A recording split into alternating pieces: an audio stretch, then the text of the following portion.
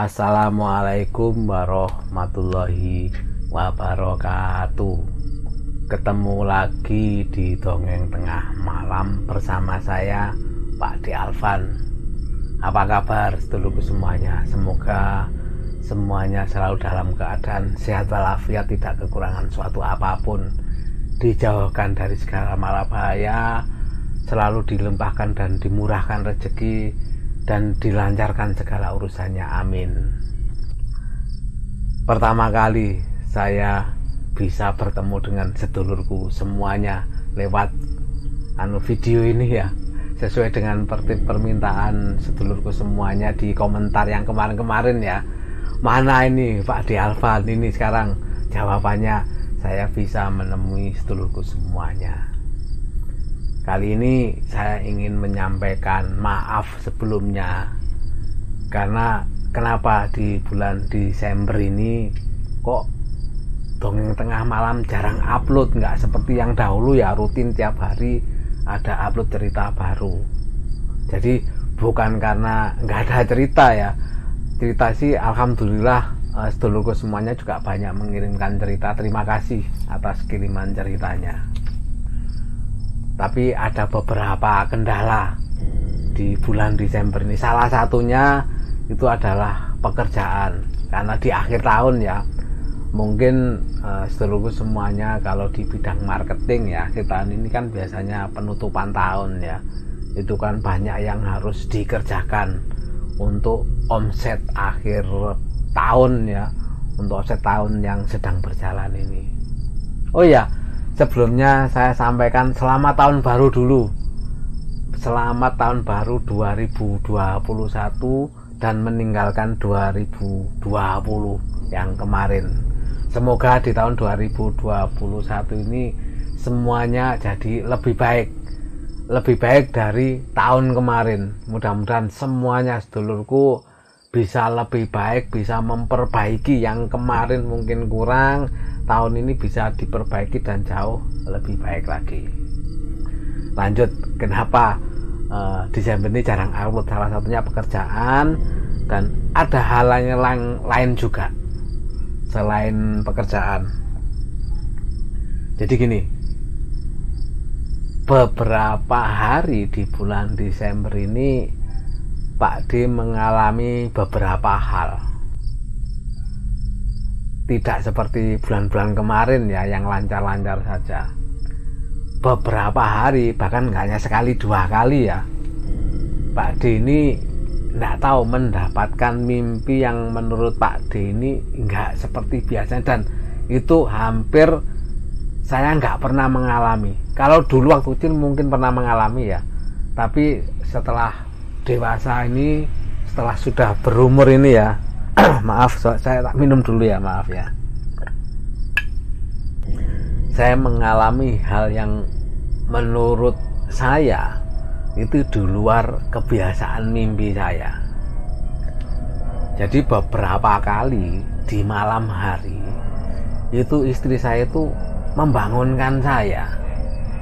Katanya saya ini malam-malam, istilah orang Jawa itu gero-gero seperti tindihin mungkin ya istilahnya. Jadi saya itu seperti orang dalam tidur seperti orang ketakutan, sampai istri saya itu membangunkan, bahkan membangunkan saya itu nggak sebentar katanya. Padahal bisa dibilang saya ini mudah juga dibangunkan ya. Biasanya istri bilang aja, ada apa itu, misalnya malam gitu, pasti saya akan terbangun mendengar suara yang agak keras dikit ya. Tapi ini enggak katanya. Jadi saya dibangunkan sampai agak lama, sampai badan saya kan digoyang-goyang sama istri, baru saya bangun. Dan waktu saya bangun pun saya masih merasakan yang ada pada waktu saya tidur. Dan ingat, bukan hanya sekali kejadian itu. Saya bisa menceritakan salah satunya aja ya, yang membuat saya itu sangat takut juga, selain yang lain-lainnya itu. Jadi gini, dalam mimpi saya itu saya merasa itu berada di suatu ruangan. di ruangan tuh ada saya dengan seorang wanita. Wanita itu cukup cantik menurut saya. Nggak tahu menunggu apa ya dalam mimpi saya itu. Yang pasti saya itu berada di ruangan itu, 2 orang, saya dengan seorang wanita itu menunggu cukup lama. Saking lamanya saya menunggu itu sampai saya itu merasa ngantuk karena kelamaan menunggu. Lah, di mimpi saya pun saya tertidur gitu, tapi bukan tertidur nyenyak ya, tertidur setengah-setengah sadar gitu loh. Karena kan memang bukan di tempat di ruang duduk ya, mungkin capek atau apa ya. Dan wanita di sebelah saya itu ya seperti seorang wanita cantik biasa pada waktu, tapi kita di mana aja, mesti nggak sampai berbicara, nggak sampai interaksi gitu loh. Cuma perempuan tuh mengangguk seperti menyapa ya, saya pasti ya menyambut lah, menyapa ya dengan mengangguk juga ya. Di dalam waktu saya tertidur itu, ketiduran ya di tempat tidur, tiba-tiba saya merasakan seperti ada yang mendesak saya. Lah di situ kan hanya saya dan perempuan tersebut di samping saya. Saya merasa didesak gini, ada yang mendesak saya, otomatis saya kan terbangun gitu loh. Begitu terbangun, saya otomatis kan melihat siapa yang mendesak saya. Wong tempatnya ini cukup luas kok, kursinya kursi panjang gitu ya, seperti kursi sofa ruang tunggu gitu, jadi panjang kursinya itu.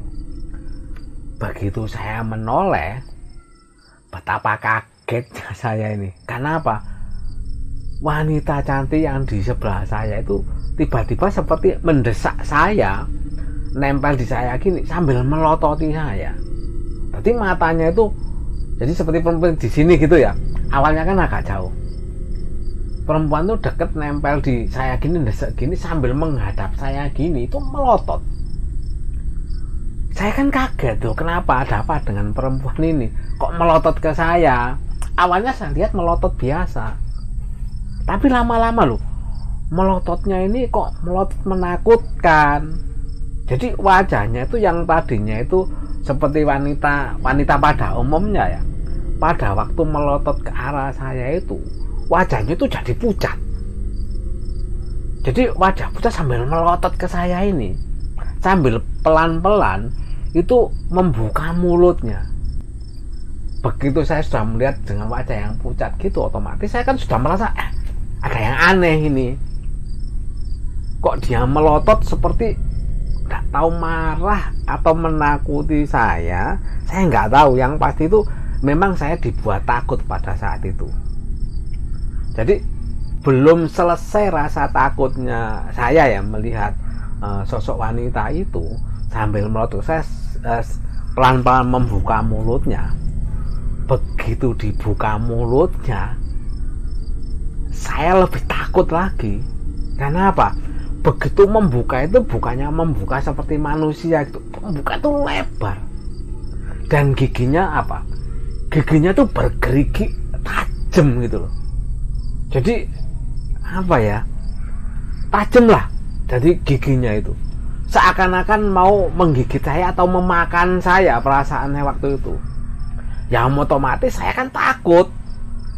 Tapi di ketakutan saya itu otomatis saya kan ingin berteriak, ingin lari, ingin berteriak, tetapi saya nggak bisa melakukan itu. Jadi saya itu ingin lari, menghindari, menjauh lah ya. Tapi kaki saya ini seperti lumpuh, nggak bisa digerakkan.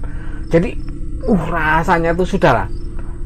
Dengan ada sosok yang menghadap ke saya dengan wajah menakutkan sambil membuka mulutnya yang lebar itu, saya coba lari nggak bisa, otomatis akhirnya saya mencoba untuk berteriak. Tetapi saya malah nggak bisa berteriak.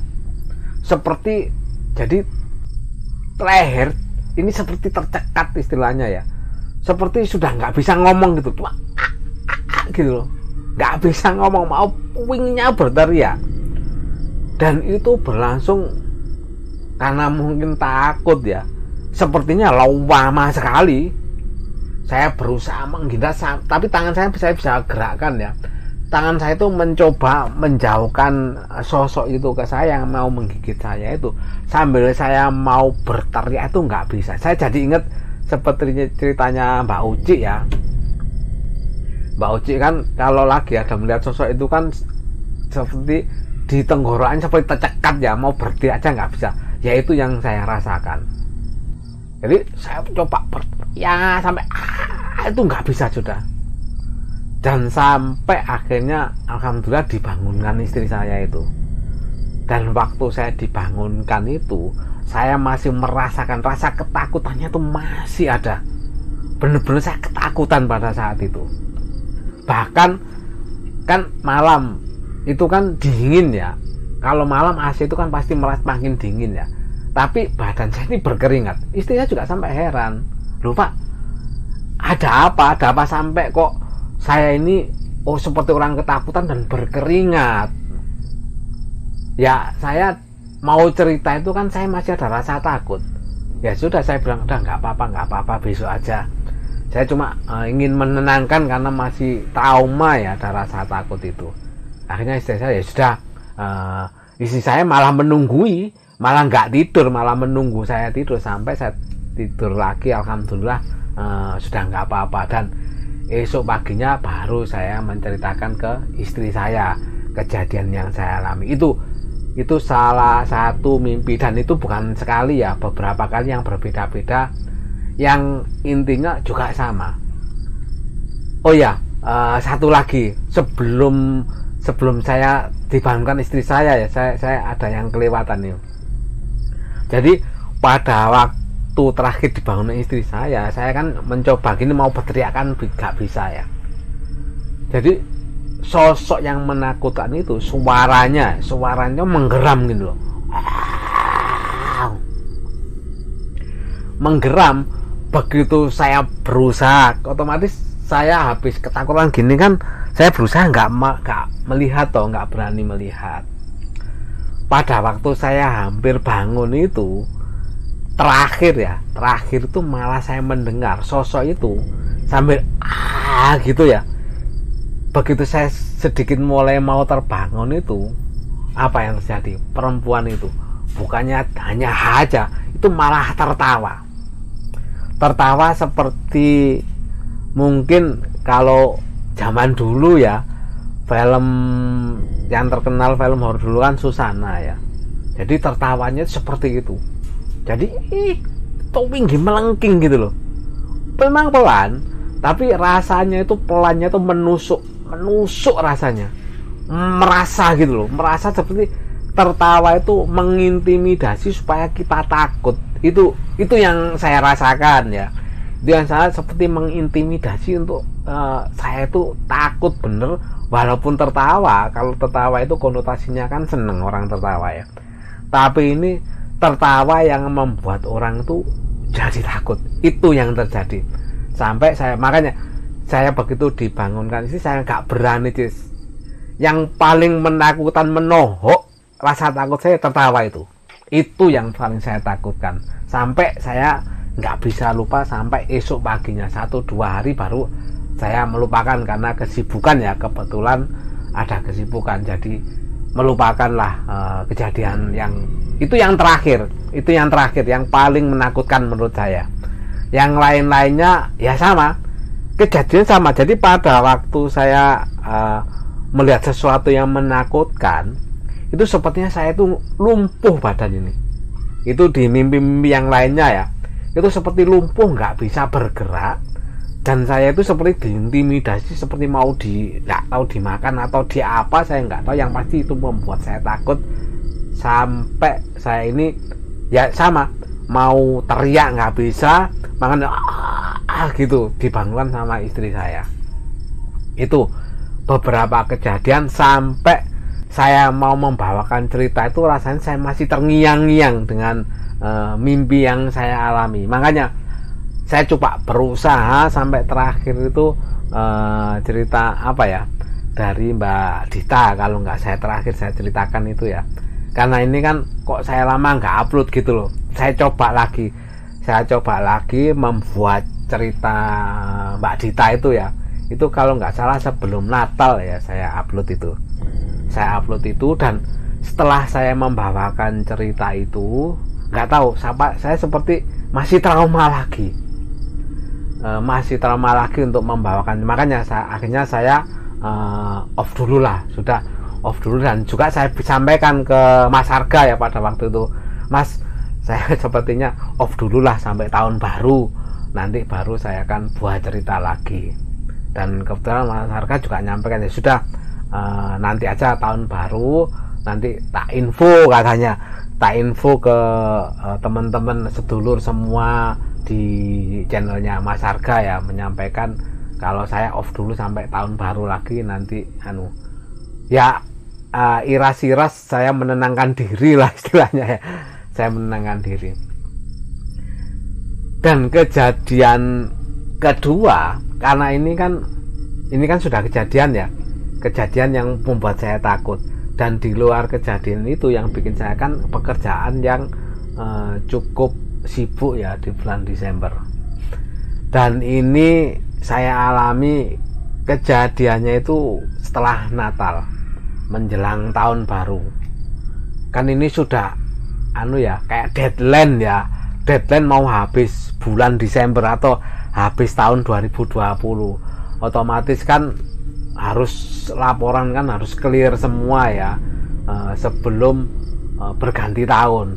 Makanya di kantor itu bener-bener sampai kerja itu ya bahkan sampai malam untuk menyelesaikan supaya tercapai gitu deadline laporan yang harus dibuat. Ada satu kejadian lagi di kantor ya, yang itu juga membuat saya merinding. Bahkan saya bercerita ini saya merasakan gitu loh, masih saya merasakan pada waktu terakhir saya alami di menjelang tahun baru itu, kejadian waktu mau pulang dari kantor. Jadi kejadian di kantor ini menjelang mau libur, jadi besoknya itu mau libur, kalau nggak salah waktu itu hari Rabu malam Kemis, karena Kemisnya itu kan cuti nasional ya, cuti bersama nasional ya.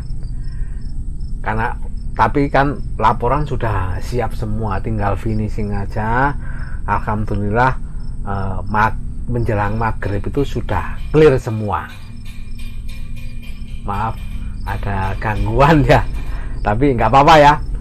Laporan pada waktu akhir itu alhamdulillah sudah selesai menjelang maghrib. Karena sudah menjelang maghrib, otomatis saya sekalian sholat maghrib dulu di kantor sebelum pulang. Karena apa? Pulang nanti perjalanan kan khawatir ada macet, ada apa, nanti nggak nututi gitu loh. Bisa-bisa lebih dari isya sampai rumah.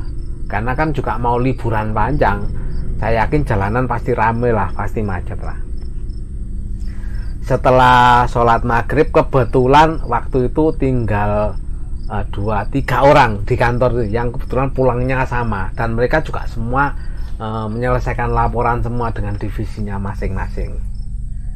Semuanya pas bareng semua, memang kita bareng kan, ada yang selesai duluan menunggu sekalian pulang bareng gitu loh, bertiga ini.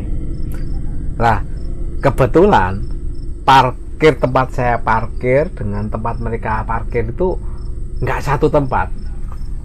Lah saya bawa mobil kan ditaruh di sebelah kiri kantor, karena memang tempat parkir ya, jadi parkir itu kalau mau balik itu kan nggak, jadi bisa muter gitu loh. Jadi parkir sini bisa muter langsung pulang ke depan, dari belakang langsung ke depan. Lah saya parkir di sebelah kiri, teman-teman bawa motor parkir di sebelah kanan. Selesai sholat maghrib saya kan pulang. Oh ya, sedikit gambaran lagi, di sebelah kiri itu kebetulan memang di situ ada pohon yang agak rimbun, dan pohon itu sebenarnya bukan dari tanah tempat kita atau kantor kita ya. Pohon itu adalah pohon dari tanah sebelah. Lah kebetulan memang kantor saya ini kan tempat kerja saya ini kan kanan kirinya itu kebetulan tanah kosong, memang masih berupa, kalau orang Jawa bilang tegalan. jadi bukan sawah. Kalau sawah kan bisa ditanami padi, ini Tegalan nggak ditanami sama padi, jadi hanya mungkin pohon-pohon, biasanya jagung atau apa gitu loh kalau musim-musimnya ini. Dan pohon itu memang sebenarnya nggak gede pohon itu, jadi pagernya di samping itu lebih kurang ya 2,5-3 meter lah. Pohon itu nempel, ini misalnya pagar tempat saya kerja ya, di sini ya kantor ya, ini kan kebun jadi pohon itu gini loh, rimbun sekali itu nempel menjorok ke arah tanahnya tempat saya bekerja.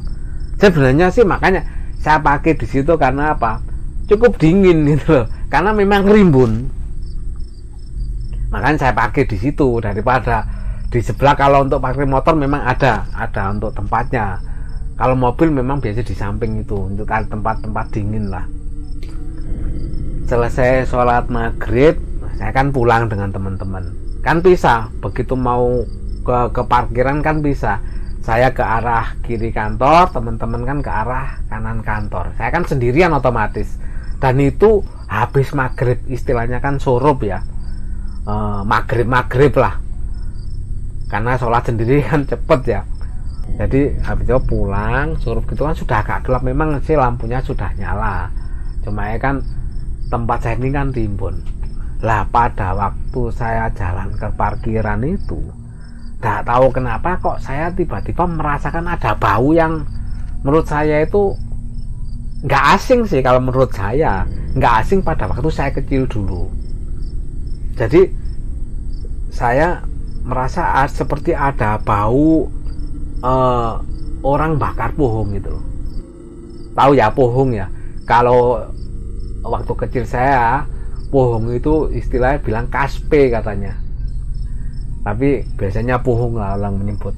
Saya seperti bau orang bakar pohon. Saya juga heran, padahal di sana kan nggak ada penduduk, nggak ada apa, tanah kosong, kok maghrib gini ada orang bakar pohon.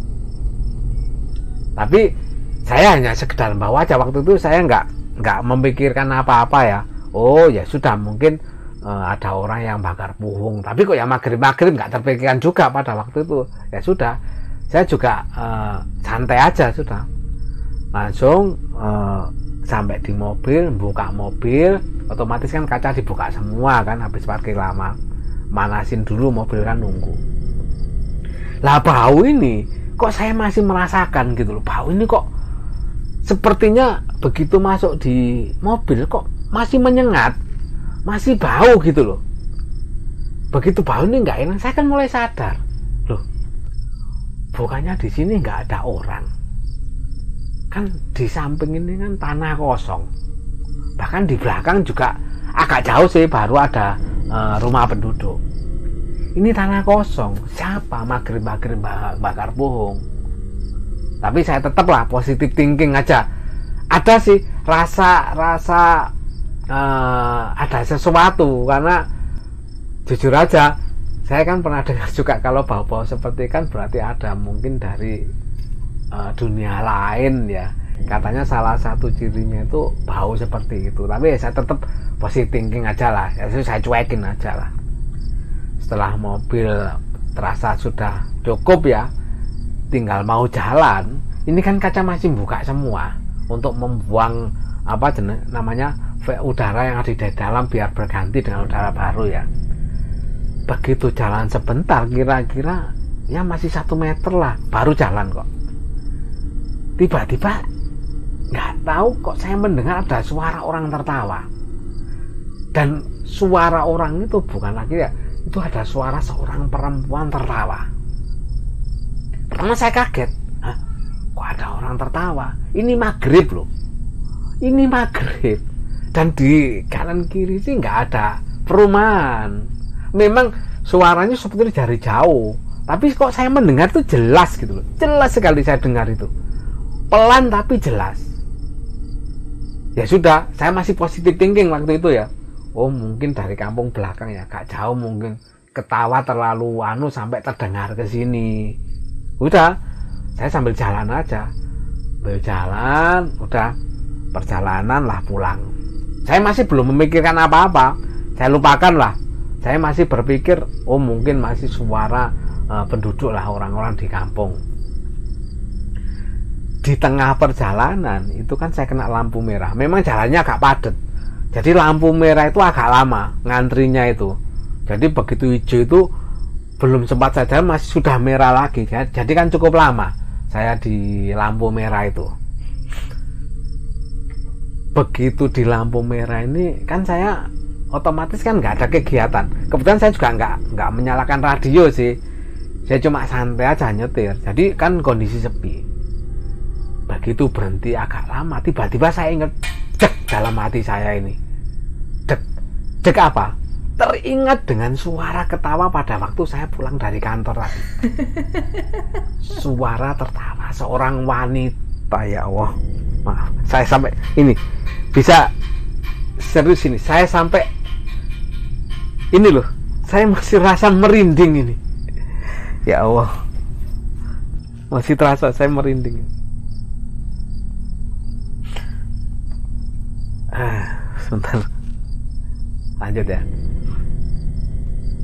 Saya ingat betul suara tertawa itu.